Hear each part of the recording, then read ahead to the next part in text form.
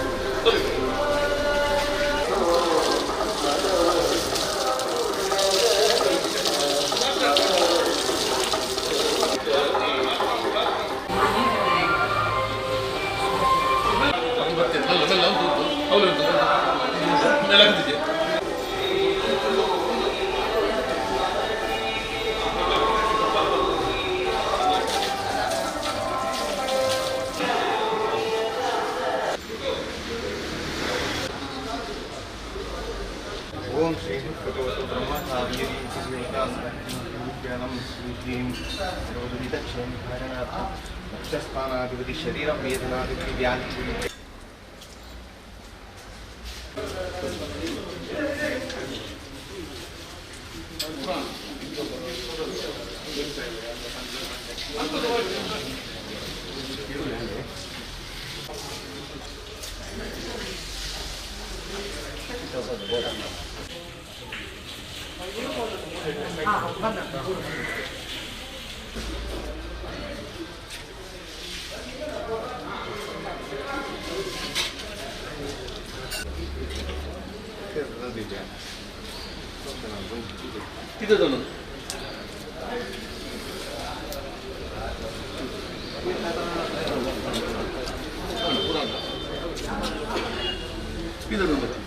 Dalam, sariya.